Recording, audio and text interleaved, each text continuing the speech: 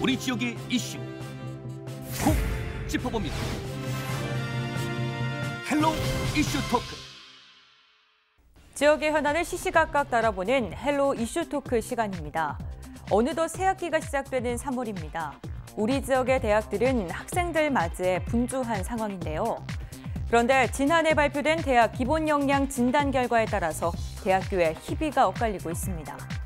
우리 지역 대학교의 현 주소와 전망에 대한 이야기 지금 시작하겠습니다.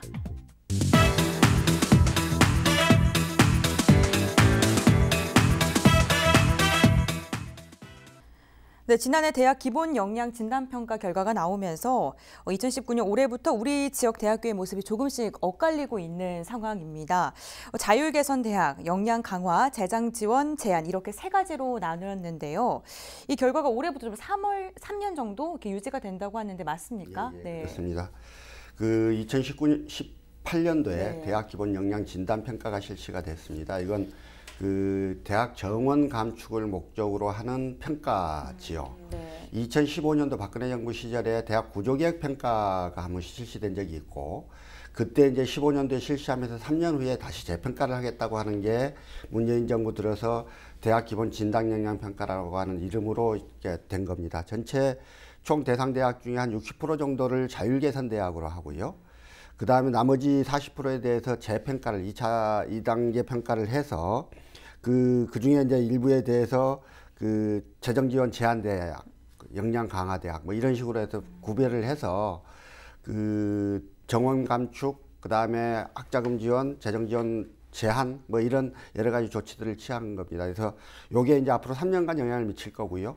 이 3년 동안 어느 정도 제재를 받거나 하는 이런 대학들이 이 상태에서 3년 후에 다시 평가를 받아서 또 이게 진행하게 됩니다. 그때 이제 또 동일한 평가를 받게 되면 대학이 퇴출 위기에 몰릴 수도 있고 여러 가지 위험에 처해 있는 겁니다. 네, 뭐 또 다른. 예, 좀 더 구체적으로 살펴보면 평가 대상 187개교 중에서 120개교가 자율 개선 대학, 그리고 30개교는 역량 강화 대학, 그리고 진단 제외 대학이 27개교, 그리고 최악의 재정 지원 제한 대학이 10개교입니다. 그 내용을 살펴보면은 우선 변호사님 말씀대로 정원 감축을 목적으로 하고 있는데요. 그 외에도 자율 개선 대학은 정부의 다양한 재정 지원을 받게 됩니다. 그리고 신입생이나 편입생들의 어떤 국가 장학금이나 학자금 대출에 있어서도 전혀 지장을 받지 않고요. 반면에 역량 강화 대학에 선정이 되게 되면 일단 정원 감축을 10% 하게 돼 있습니다. 공고를 받게 되어 있습니다. 물론 재정 지원은 제한이 되지 않지만은 이렇기 때문에 학교 위상이 많이 추락되겠죠. 그래서 앞으로 신입생 모집에 많은 영향을 미칠 것 같고요.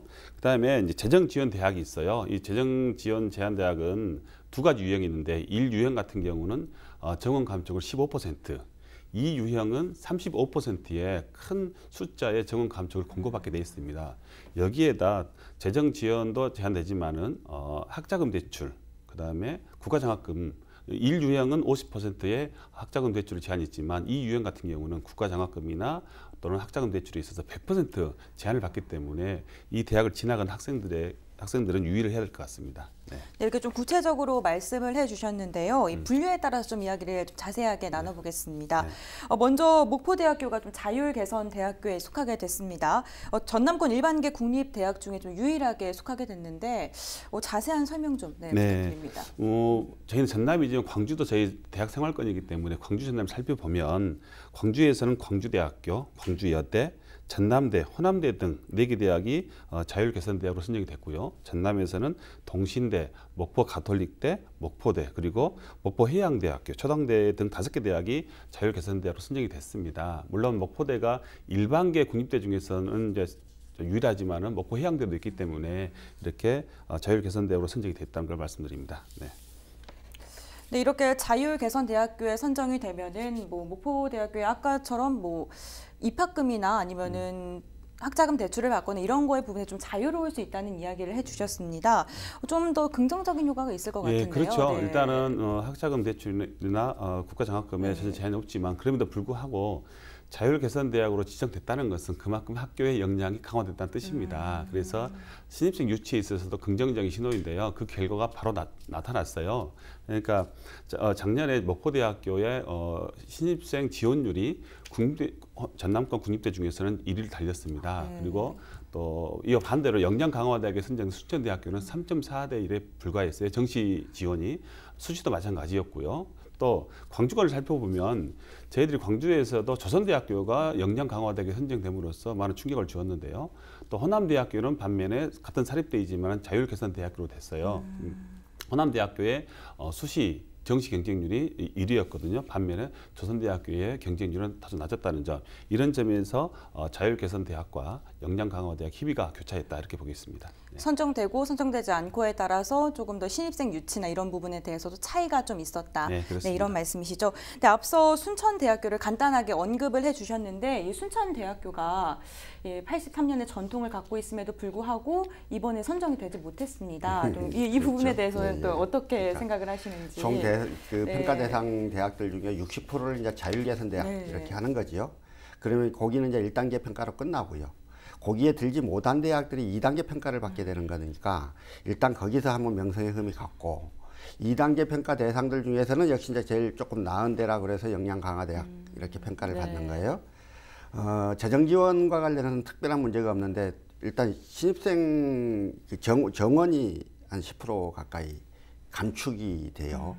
이게 이제 대학으로서는 사실 정원 갖고 먹고 사는 건데 그러니까 굉장히 좀 이렇게 수치스러운 일일 수밖에 없었던 거고 이번에 이제 그 순천대 전남 동북권 순천대하고 한영대학이 그런 평가를 받았고 한려대학교 가양보건대학은 이제 최하위 등급 재정지원 제한대학 이유형 대학을 받았습니다. 그래서 정원이 한 35% 정도 감축이 되고 아까 말씀하셨던 대로 학자금 그 국가장학금, 학자금 대출 이런 것들이 전면 제한이 되니까 아이들이 이제 올 수가 없는 거죠. 그 자기가 돈을 학자금 대출을 받거나 장학금을 받아야 학교를 다닐 수 있는 친구들은 올 수 없게 되는 거여서 자연스럽게 학교가 고사되는 이런 단계로 좀 갈 수밖에 없는 것 같습니다.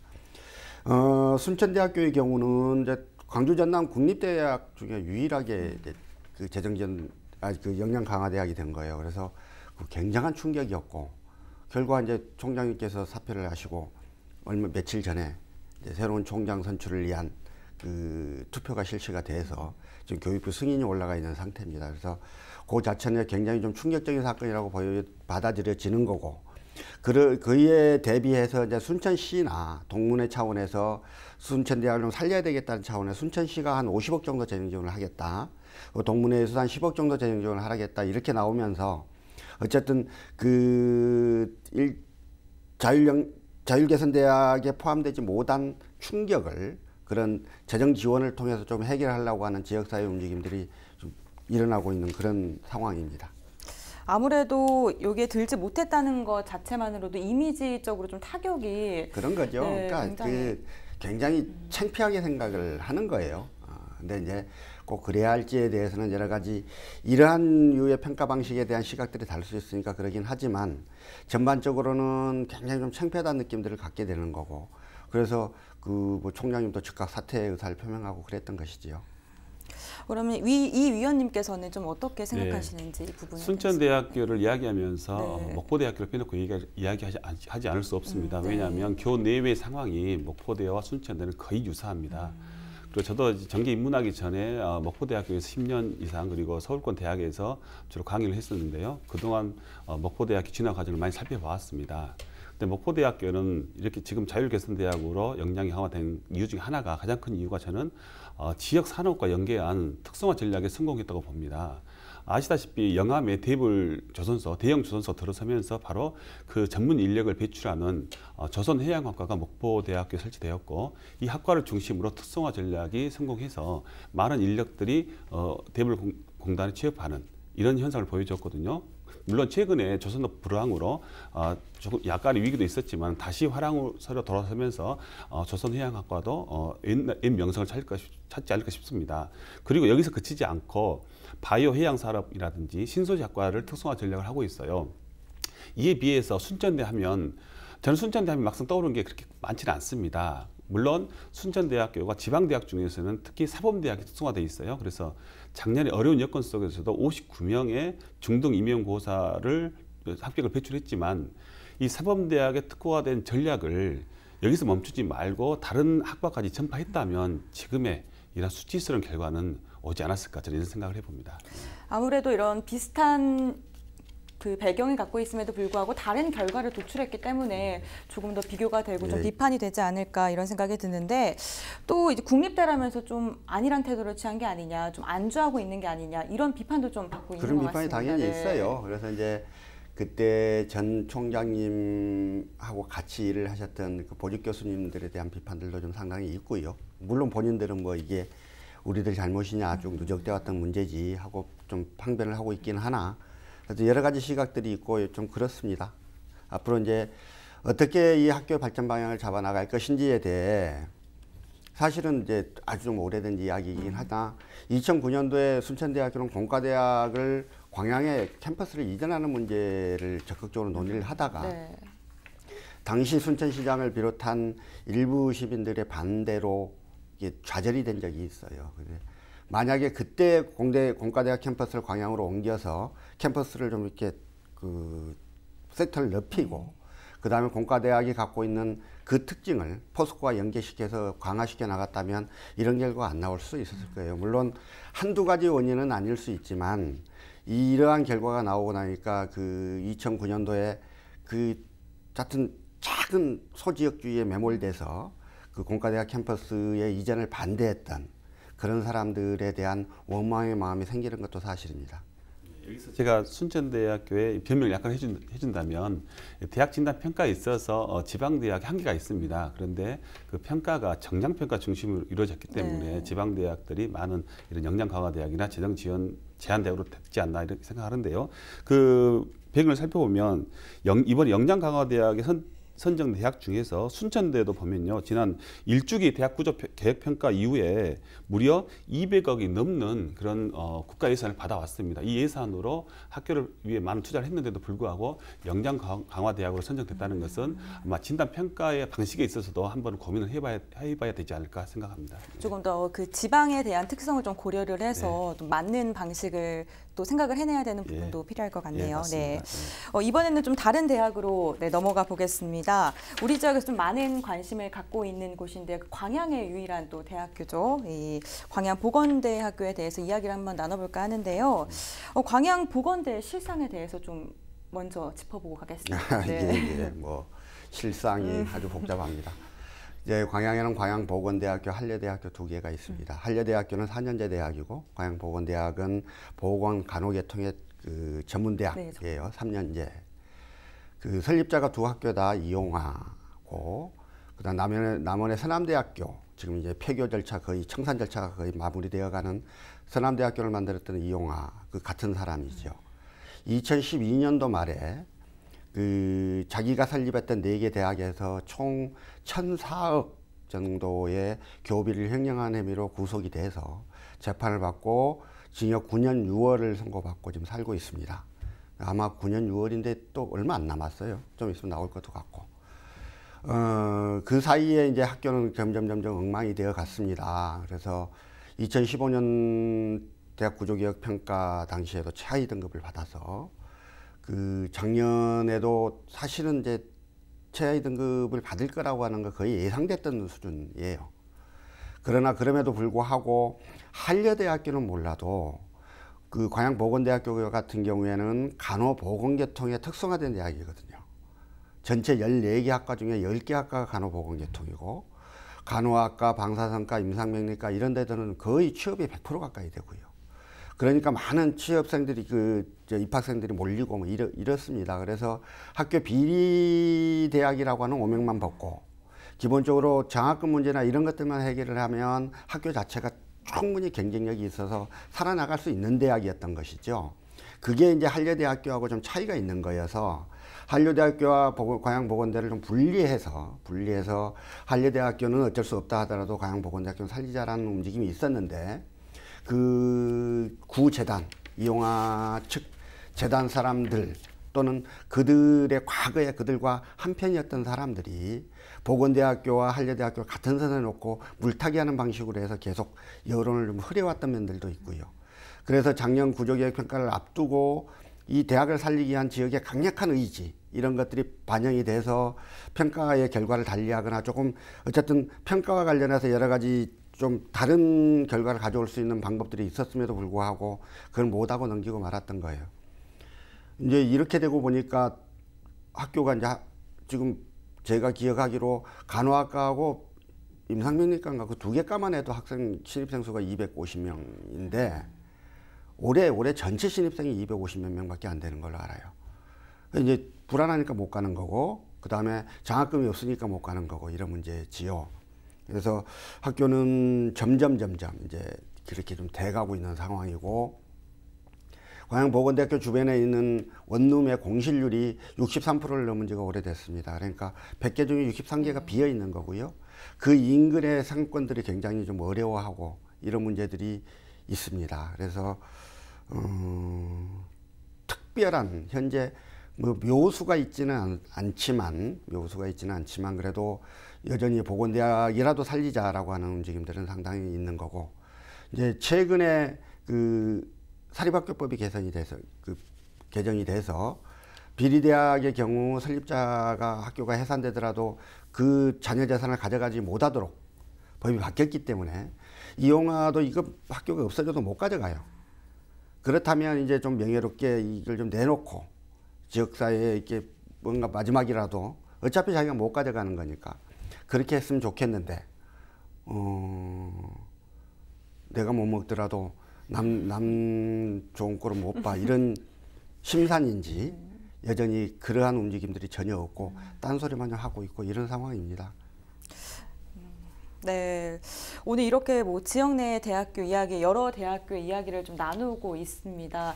지역 사회에 그러면은 이 지역 대학이 어떠한 좀 영향을 끼치고 있는지 이 부분에 대해서도 한번 짚고 넘어가 볼까 하는데요. 좀 어떻게 생각하십니까? 네, 저희들이 지난번 이슈토크 시간에 폐교 문제를 다뤘었어요. 그때는 초등학교, 중학교 관련 부분이었는데 저희들이 어떤 학교를 초등학교나 중학교를 폐교하거나 아니면 휴교 아니면 폐교된 학교를 매각했을 때 주민들의 반발이 너무 거세기 때문에 어렵다 이런 얘기를 나눈 적이 있거든요. 그만큼 학교가 지역사회에 차지하는 비중이 엄청 큽니다. 하물며 초중도 그러는데 대학이 그 지역에서 차지하는 비중이 어떻겠습니까? 특히나 지역명이 들어간 대학교는 그 지역에서의 정말 엄청 큰 역할을 하죠. 그래서 순천대학교의 이번 사태가 순천 시민들이 좀 안타까워하는 것은 대학명에 순천이 들어갔기 때문입니다.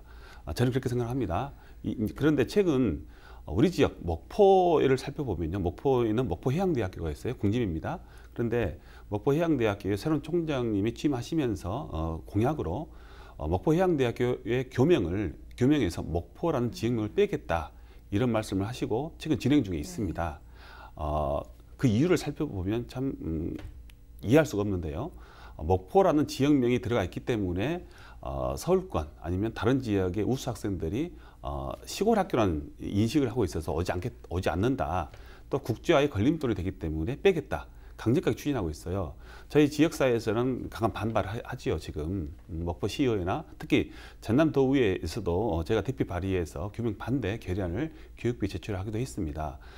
이런 상황에서 정말 우리 지역민들이 그 지역 대학을 지켜줘야 합니다. 아까 광양보건대도 말씀하셨는데요. 저는 이제 광양보건대 해결책으로 그 인천대학교를 한번 살펴보고 싶어요. 인천대학교도 비리재단 때문에 어떤 안 좋은 유익이 있었지만은 먼저 시민들이 나섰습니다. 시민들이 나서서 시립화 시켰고 다시 또 더 나아가서 이제는 국립대로 전환시켰지 않습니까? 저는 광양보건대도 이제 정말 광양 시민들이 나서서 정말 폐교만은 막고 좀 시립화 시켰으면 공영화 시켰으면 좋겠고요. 목포해양대학교의 교명 변경도 절대 하지 않도록 우리 시민들 특히 저는 이런 언론에서도 좀 도와줬으면 하는 그런 바람을 해봅니다. 네, 서 변호사는 좀 어떤 역할이 있다고 생각하십니까? 대학은 이제 지역사회 경제적, 문화적으로 엄청난 영향들을 미칩니다. 그러니까 경제적 영향은 학생이 많으니까 당연히 많은 소비들이 이루어지는 거죠. 그래서 지역사회에 미치는 영향들이 상당한 거고 문화적 영향이라고 하는 건 그렇습니다. 그러니까 학생들의 존재 자체가 지역의 문화, 여러 가지 담론을 젊은 청년을 중심으로 해서 그 논의가 이루어지도록 만들어 주는 거예요. 그래서 한 지역 사회가 젊어지고 또 대학생들이 갖고 있는 그 독특함 때문에 지역 사회의 논의나 이런 것들이 굉장히 고급스러워지고요. 기존의 원주민들만 존재해서는 이룰 수 없는 여러 가지 것들이 있습니다. 그래서 대학은 반드시 지역에 필요한 것이라고 생각을 해요. 근데 이제 대학이 예전에 김영삼 정부 시절에 대학을 너무 많이 만들어 버린 거지요.